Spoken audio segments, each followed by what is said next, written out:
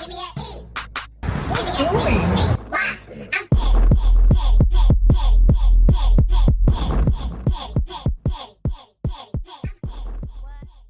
guys, it's Eunorick back into the video. Well, actually, no, welcome back to my channel. Today's video is very special to me. Y'all know it's Pride Month. Shout out to all the gays. Now, I've never done it before, right? So, a lot of us are doing our coming out stories, and sorry, I used my hands in the video this time because I might talk about hands a lot in this video, so bear with me, child. Okay.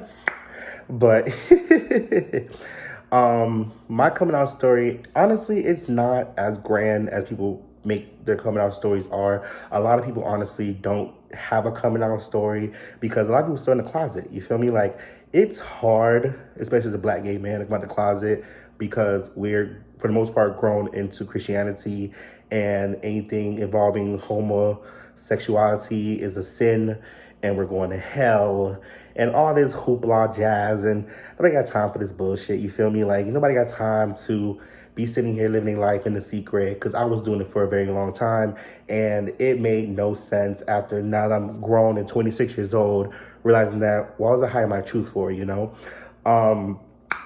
And that sounds crazy to say now at 26, because when I was growing up as an adolescent from, elementary school to high school and my first part of college, you couldn't dare give me the type of motherfucker come out story or find out I was gay, because I was trying to hide that shit like the motherfucking plague. You feel me? Like, I was making sure hoes did not know I was even messing with niggas at all. Okay. And I can laugh at it now because now I'm looking at it back and it's like, that shit was so fucking funny. Like, what was I doing in my life? You feel me? But again, growing up as a millennial, and thank God that we're in a time now where people are openly more expressing themselves in the community versus, you finding out, get exposed, and your whole life is over, right? So let's start. When I found out I was gay, and let's start there first, right? I don't know if anybody else feels me on this topic, but being gay is not a choice. It's not a choice. A lot of us wish it was a choice. Bitch, I wish it was a choice because, again, you got 3 double negatives. I'm black, I'm gay, and I'm a man. In a society where you being a black man is already a strike on you. Not even a black gay man in society in your own right as a black person where you showing any femininity into the world will get you ridiculed, okay? No, as I was saying, it's a little hard for me, okay? I know this before. So when I find out I started liking men, right? I want to say it started at the age of 5 or 6. My cousin, rest in peace to him, who was like a father figure to me, he had magazines in his room, right? So my cousin and him, at the time when I was that age, they had they had pornography videos and sex toys around the house or whatever. My cousin had a dildo. She had a dildo. I was like, what the fuck is this bullshit? And my cousin had magazines in his room, like sex ad magazines or whatever. And so I started through the magazines, and I came across this ad, and this ad had these 3 black men, big old dicks, child. I mean, you feel me? And so I looked at them. It caused me to get a little erection or whatever. Didn't know nothing about it back then, but that started, I guess, the attraction. I went through middle school and elementary school, getting bullied, because again, I wasn't the typical black man or black boy. I touched my feminine side a lot more growing up because I was raised around women, and the men in my life weren't, I want to say, the up tier black man, but they had their strong masculine views. And so I played football, I played soccer, I played baseball. I was always in sports. And that didn't change me looking at boys a certain way, because at that point, I didn't know about the whole attraction to male female thing. Like, you know, you're growing up to like a little girlfriend, and you're going to family events after you got a little girlfriend, that type shit, you know. And so, growing up, there were certain situations that I found myself in with certain people. I'm not gonna say their names or describe it because going on YouTube, obviously. But I will say that those interactions as a child did kind of spark the interest of being attracted to men. Let me dive a little bit into it, right? You know, as kids, when we see certain things and we are viewing certain things, we don't know exactly what we're getting so involved in. So, like, a lot of people who grow up, who come out the closet or quote certain say have been touched in a certain way, you know, that does kind of leave an imprint on them when they grow up. And I'm not saying I'm touched by an adult or nothing, mind you. I've never been raped or anything like that, so I'm not going there. But what I'm saying is that children touching each other, you know, touching the pee-pee and all that type of stuff, and you thinking that's okay. And I had an incident growing up around 6 or 7 where this kid, I ain't gonna attach him to who he is too, but this kid used to stay at the house a lot, and we used to touch each other's privates. And I remember one day, I'm already talking on camera, wow, okay. And I told my family member they touched my pee-pee or whatever, and my whole family had a whole fit. They were like, what the fuck? Like, what do you mean touch your privates, da-da-da-da? And like, yo, it caused a whole stir in the family for a little bit, right? And so, as I was growing up, middle school, high school now we're a little bit in the teenage years, my first interaction kissing a boy was actually around the age of 12. We was playing Truth or Dare at my homegirl's place. It was two homegirls, her homeboy and me, and we did this dare. And now her friend, the boy named Sebastian, very attractive at the age. You know, he's teen, he's kind of white Latino looking, and he's Cuban or whatever, but he was really cute. He had a cute face, whatever, nice smile. And we kissed. It was dare or whatever. But that sparked other interest in me as well. Let's fast forward into my bullying situations, right? So I said I was bullied from elementary school to like beginning of high school, right? And because I was more feminine on the spectrum of, you know, being black and a man and whatever. And I don't want to say it's homeboy's fault. I think he was trying to assert himself. We were freshmen in high school. This is where I'm going to. We were freshmen in high school, and this boy, not gonna say his name either, but he's white. Anyway, it was for the football team because I was joining my freshman year, and this boy was trying to assert his dominance, I guess, as a freshman, and he tried to bully me, and this boy defended me. Not gonna say his name either, but he's a half and half. He black and Mexican or whatever. And I think that was probably like one of the first genuine crushes I had on a dude, because I guess him protecting me in that sense gave me a little feelings for him, but we'll get into that later too. I lost my virginity to a woman at the age of 15. Shout out to her because she,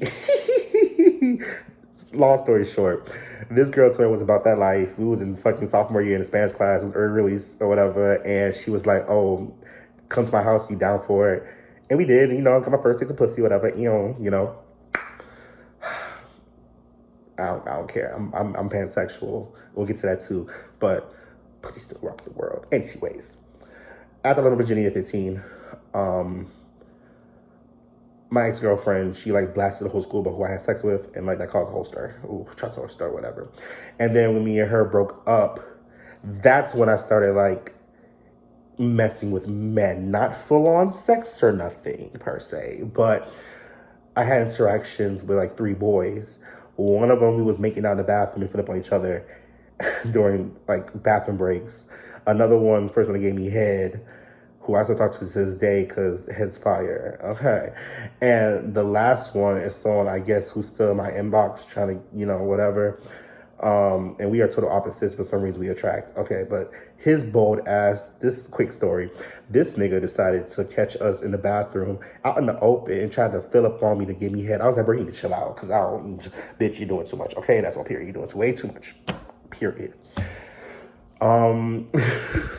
Jesus. all my sexual interactions at that point had been with women. I had not been with a man yet. That full throttle. And then me and my ex-girlfriend in college got together, and when we broke up, and no, she was not the reason I started messing with men, because that girl to this day I would still be with, because she was the only person I think outside of my girlfriend before her that genuinely showed me love. So there's no ill will towards her. But here we go. As an adult, because at this point I'm 19 now, so as an adult. So now I'm in these stages where I'm trying to figure myself out in this man pool. Y'all know the gays can be really mad shallow, especially if you're black and you ain't got a big dick. Okay, if you ain't got a big dick, these niggas ain't fucking with you, because for some reason, black men in the gays pool, they fetishize black men just like most women fetishize black men for their instruments, okay? And girl, nigga, everybody got a big dick, and you don't need a big dick to have good sex. Just putting it out there, because y'all niggas play too much. The boy I mentioned earlier, the half and half, that's the first guy I tried to have anal penetration with, and that shit turned me off. Okay, turned me off.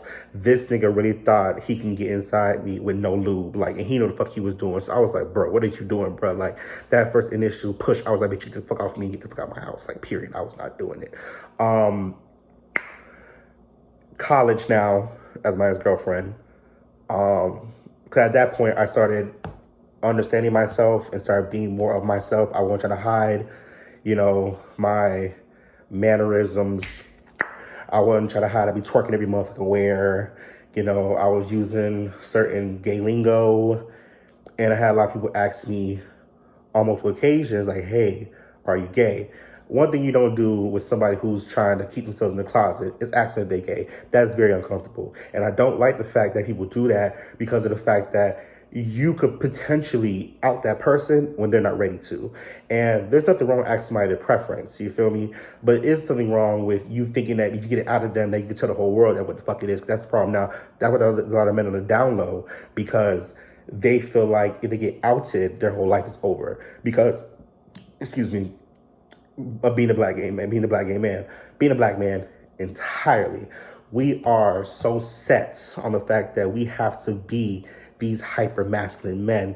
And I say that black men hold the hierarchy of masculinity because for some reason, if a black man is not tough, he's automatically a sissy, a punk, and he's gay. And that's not true. There's black men on all sorts of spectrums who are not hyper masculine. Just because the hood nigga are gonna shoot a bitch for you does not mean that he ain't behind closed doors having sex with men. If you don't understand that. And that goes for white men and Latino men and Asian men, but it gets put so hard on the black community because in Latin and white spaces, what I've seen, they don't get ridiculed like that. Yeah, they might get a slap on the wrist. There might be some, like, oh, we can't, da-da-da, but they gonna live their lives perfectly fine. Now we see a lot of asses on fucking Twitter, or OnlyFans, whatever, on Instagram, and they're the main ones that see my motherfucking Explore page that are out here, got thousands of likes, and niggas is flying over them, and women are flying over them for what? No reason, and half of them are doing gay for pay shit, but that's my question for the day. So, my family, they were very much open to me coming out.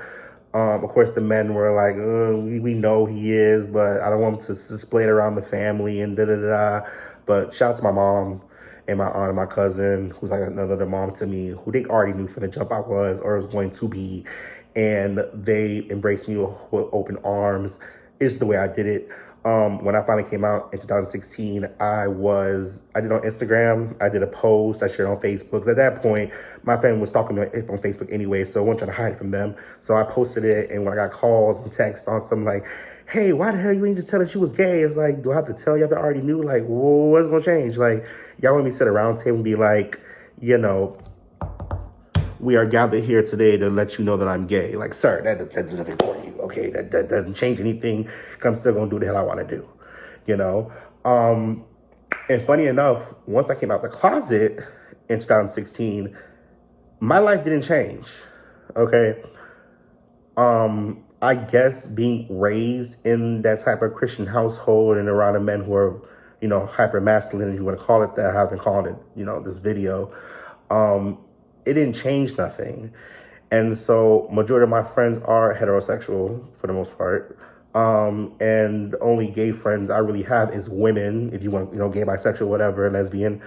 And a lot of my gay male friends, I want to say, are like Greek fraternities, and those are safe spaces, but I don't be in gay spaces.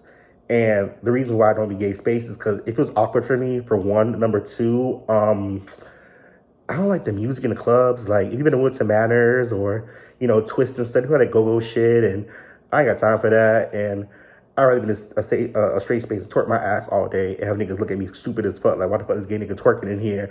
Than being in a gay space where I feel like I'm being looked at and then, like, being judged because, a bitch is fat.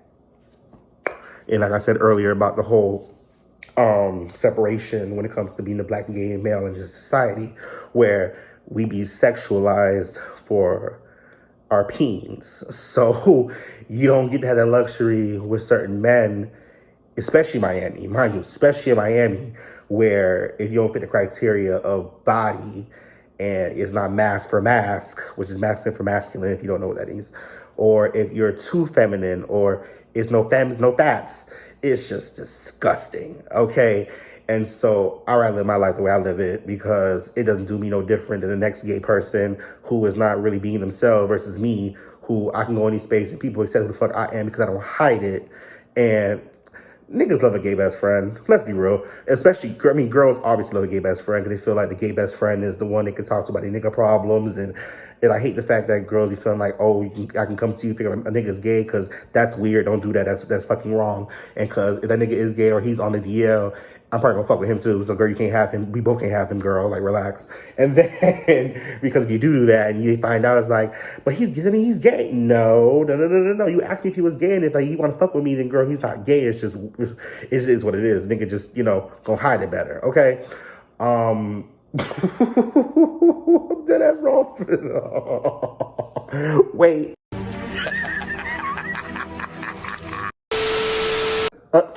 Jesus. I'm sorry, that was funny.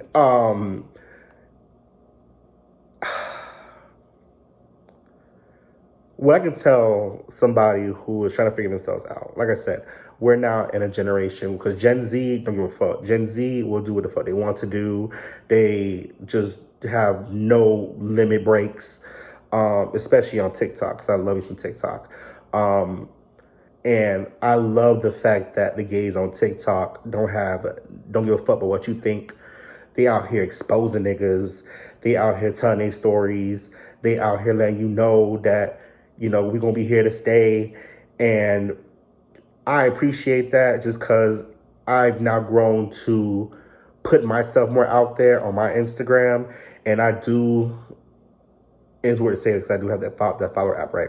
I do lose followers over me being so open to my sexuality, because I post stuff about sucking dick, and I post stuff about being with women, and I post stuff about DL niggas who I done messed with. I don't put no names out there, but I do like make reference to certain things that I see, and I know people who are in straight relationships don't want to see that, so I can follow them and stuff. But it's like, girl, okay, and so what? Like, if you knew me prior to me being like this, why the hell does it bother you now? But that's another day.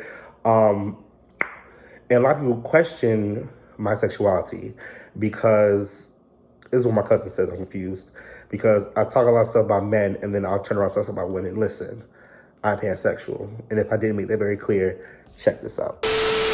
You gon' make me need better, know that. Not even with your friend, you ain't even have man lying on you. Know that, got me.